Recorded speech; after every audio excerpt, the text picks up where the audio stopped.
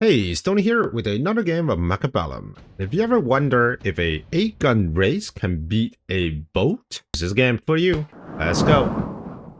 At the bottom here, I am playing as a Farseer specialist, and I am up against Dormont, playing as a giant specialist. The MMR of this game is around mid-1900s. I started with steel balls and crawlers, and of course, being a aggro fanatic, I decided to put them all the way on the line. Starting with my classic ball wraith aggro starting position. So the way it works is you spend your first 200 on one arc light and another unit of crawlers with the intention of going wraith on the next turn. On the next turn, you can either have your wraith supplementing your main army, or sometimes I like to do is to develop a new front on the other side, surprising my opponent, also hopefully getting an early tower. My opponent started with Stormcrawlers and Fans. This actually should be sufficient, at least in the initial rounds. I'm expecting to start selling out of these Stormcrawlers, especially if his chaff clear is insufficient.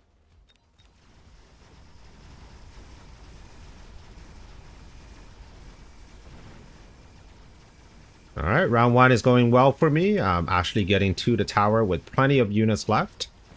Right now, the big problem is that I don't really have chaff clear, which means these steel balls are not going to be able to get through these fangs without getting completely destroyed by the Stormcrawlers.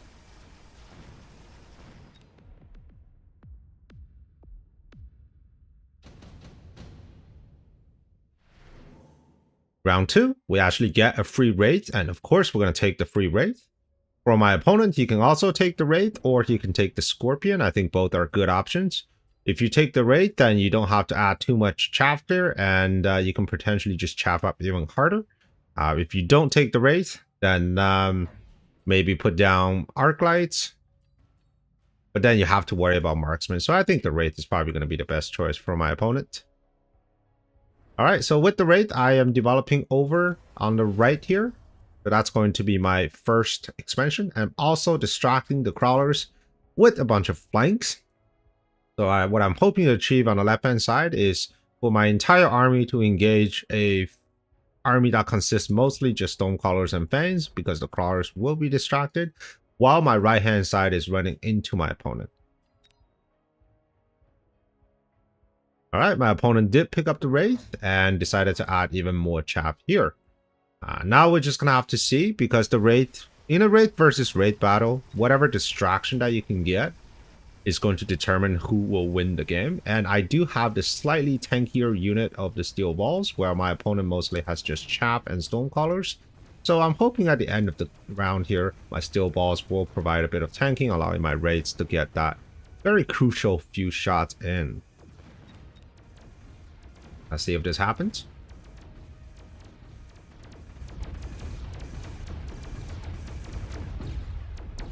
And there it is.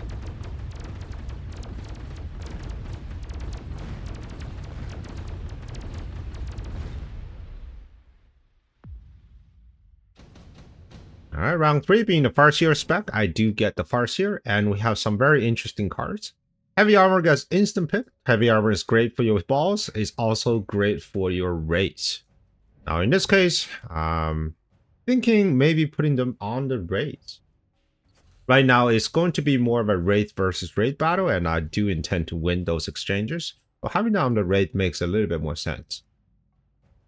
My opponent doubled down on the wraiths with a extra 2, one on the other side to contest my single wraith, and then the other one in the middle with the heavy armor. Now he is going to be at a slight disadvantage this round because of the Farseer, which I am keeping. Farseer can do extremely well into the wraiths, and I also pick up range, making them just a little bit more powerful and getting that first shot off into the opponent's wraith. The flanks continue to be a nuisance. I've added an additional flank here, so which means the wraith on the left-hand side, on the right-hand side is no longer going to be covered with chaff, and I am going to win that exchange. And on the left-hand side, the Farseer is doing a ton of work on his wraith, even with the heavy armor, and with the tower down, should be able to take this round very easily. And that is really the true power of aggro, is that if you can divert your opponent's armies, that allows your front line to get to an early tower, you pretty much win the round.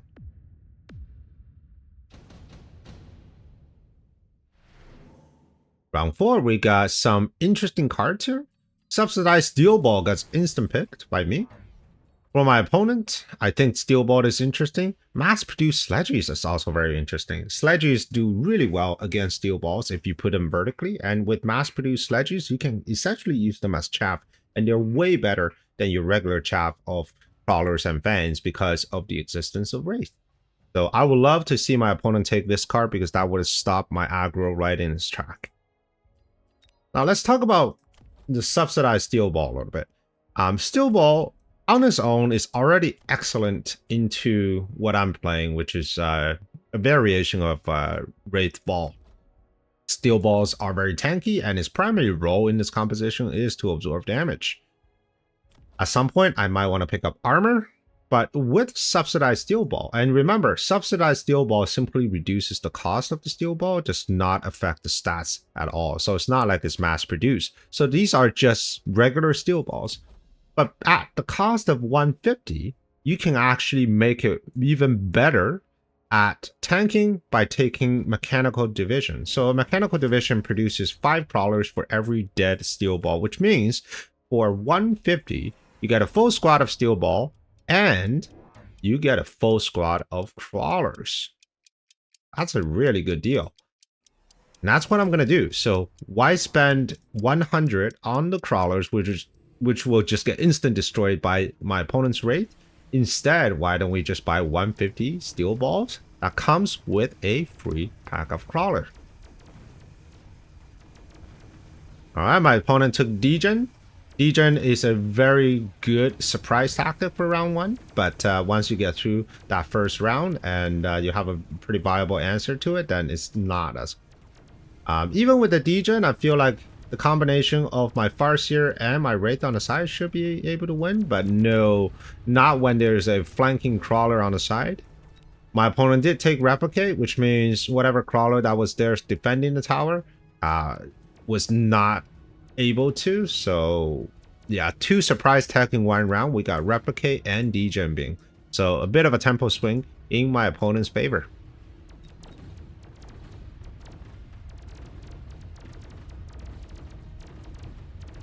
And this level 2 Wraith is just so big, and it just refuses to die, and it was eventually brought down by the combined fire of his 2 Wraiths, and we'll go into round 5. Round 5, we got another unit drop. Thanks Bearlight, we now have Overlords to counteract the Degen being. For my opponent, I think the triple marksman is going to be a great pick. Put AA on it, and my Wraith should die very quickly. There's no counter to anti-air marksman. If you have Wraith, I think the only way to kind of work around that is just to pile on the chaff. So when you're playing against AA marksman, assuming that's what gets picked, one thing that's very important to remember is never take range on your Steel Balls. AA marksman has a 30-meter air targeting priority, which means if you have an air unit and a ground unit at the same distance, the marksman will shoot at the air unit. So what you want to do is you want to keep the Steel Balls on range, which has a range of 45, so it will continue to run towards the marksman, while your Wraith has a range of 95. So that's about a difference of 50 meters. So in theory, if you have enough Steel Balls, the marksman should always be pointing at Steel Balls, not at your Wraith. Alright, so it's going to be a bolt pick for my opponent as well. That's interesting because he didn't really need the bolt. I think he was just afraid of the Steel Balls here. I picked the bolt primarily for Photon to counteract the Degen beam, and also being an aggro player, Photon is just very good because most of the battles will likely end within the first 20 seconds, which is usually how long, let's see here, Photon. Yeah, that's how long Photon will last. So it's very good. I added another Wraith at the corner here, expecting further shenanigans from his crawlers, and indeed he took the second tech, which is Drill. Really want to win the crawler war here. Now Drill with Replicate will essentially give you infinite crawlers because every time his crawler runs into my crawler, mine would just die and he'll end up with a bunch more crawlers. So it's a good strategy, but I am going in Wraith, and at some point I do want to take 8-gun, so I don't think it's going to be as effective as you think. Alright, we still got 3 airships left. And now with the tower down, I should be able to deal with that single boat from my opponent.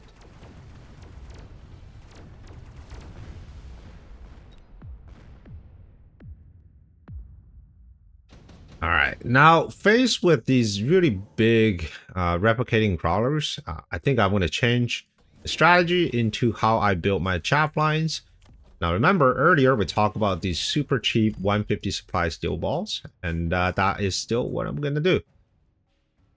However, I do want to take an additional tech, which is 8-gun. Right now I'm just a little cash strapped, so I don't have enough money to adjust for 8-gun yet. It is a 600 cost item as a second tech. So I'm going to take the cheap one first with mechanical division on the steel balls, giving me just a little bit more chaff, and then next turn we're gonna go with hopefully the 8-gun. A great flank coming in on the side here with the boat, and also another boat at the front taking care of my Wraith. Without Wraith, I am kind of in pretty deep trouble because I have 0 chaff clear whatsoever. Now you may think that boats can do chaff clear somewhat, but in reality, no. The 7-meter splash on a boat is absolutely abysmal because all of his rockets will probably just land in the exact same area, unlike the Wraith, which has a spread firing mechanism. Alright, pretty big round for my opponent. Lots of units left over. Still got 2 boats, and that's going to be at least 700 damage. Ooh, got lucky with 1 boat. And got lucky with the other boat. Wow, wasn't expecting that. I think that must be the difference between the tower upgrades, because my opponent currently does not have tower upgrades. So that's an interesting breakpoint for you to remember. So if you have +1 tower upgrade on your boat, you can one-shot a unupgraded boat. Where if you have +1 armor, and of course, I mean, bow versus bow, you don't get to one-shot anybody if they're the same thing. But if you have armor, you're pulling ahead even more. All right, now we see the flank here, and we need to deal with that flank. So first, we're going to put on some chaff, and now the chaff is just going to be steel balls. The boats can shoot at the chaff, and they do have chain gun, so it is going to be a pretty good play. All right, just tons of chaff going around, and again, don't have enough money for another Wraith, but I did save enough for a gun this round, and I expect things to change quite dramatically. Last round, the missile that was defending on the right tower was used, and I forgot to replace the missile, which gave my opponent the opportunity to running a bunch of level 1 crawlers into a level 2 tower. Now, these crawlers do have drill, which means they are able to get to that tower very quickly. Good thing, though, is that I do have steel balls on one of his towers, so hopefully I can get a debuff. Yeah, there it is.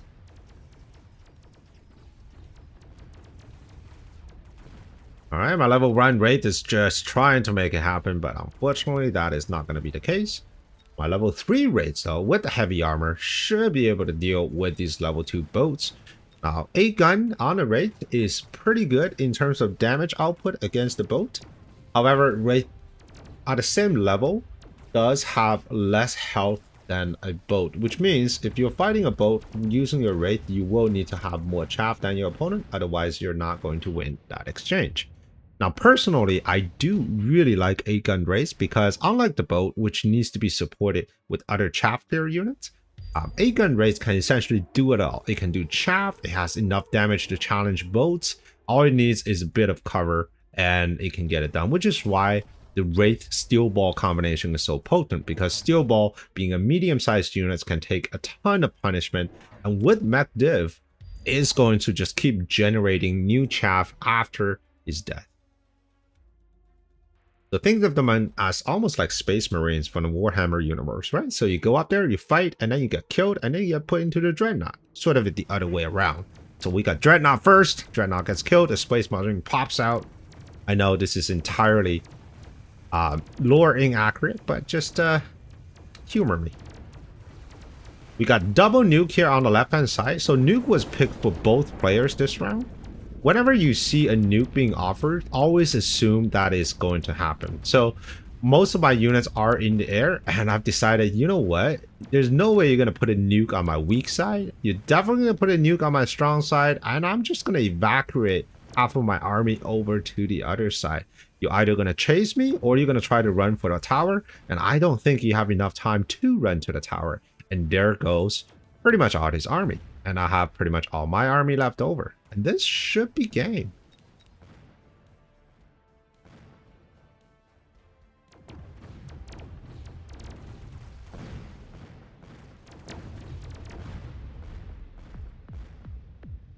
Ooh, one more round here.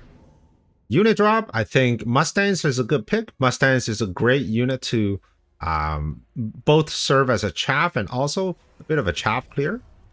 Took the Mustangs, took armor piercing bullets just to give it some extra oomph. My opponent added even more Wraith and also took the Mustangs, but these Mustangs are now with range. It's okay to have these level 3 Mustangs with range because my opponent's composition relies mostly on the boats, and the Mustangs can stay in a safety behind these range guns. But for me, I just needed Mustangs to kill a bunch of units at the beginning and run forward and serve as chaff, because the real source of power comes from these 8-gun Wraith, and this guy is now level 4. It deals 22 with the double tower upgrade, 2200 shots per gun, and there are 8 of them, so 16,000 damage every 1.6 seconds. And with heavy armor, it can now tank 117,000 worth of damage. So that's a pretty hefty unit, and that boat, that Wraith alone can single-handedly wipe out this entire cluster of units, no problem, as long as there's some chaff protection. All right, if the round goes for another turn, I think I would just take armor on the steel balls to nullify the damage of the Mustangs. It also gives the steel balls some additional HP. Level 3 Mustangs with armor piercing guns is no joke. I was able to quickly bring down those boats here at the corner. The fights at the beginning at the front continues to rage on, but my massive Wraith just has no enemy. Completely overrunning my opponent, and of course the final round, surprise degen being helped a lot. Degen being is one of those techs that you want to take to have a huge tempo swing, because your opponent is not going to read it perfectly, despite the fact that you already have multiple Wraith on the field. Same goes with replicate, so you're going to have a huge tempo swing most likely on that round. All right, a great game, a great showcase of how you can build the board a little differently with a subsidized steel ball card. If you look at the board here, most of my chaff here are just steel balls. We got 1, 2, 3, 4, 5, 6, 7 steel balls, and only 1, 2, 3, 4, 5 ballers. So a very fun game to play, a slight variation to my classic Wraith Ball comp, and I hope you enjoyed it. So if you're looking for another game that is just as exciting, here's another one for you, and I will see you on the next one. Prepare your tactics. Mechabellum's calling. Deploy your fortress. The battlefield's alive with swarms.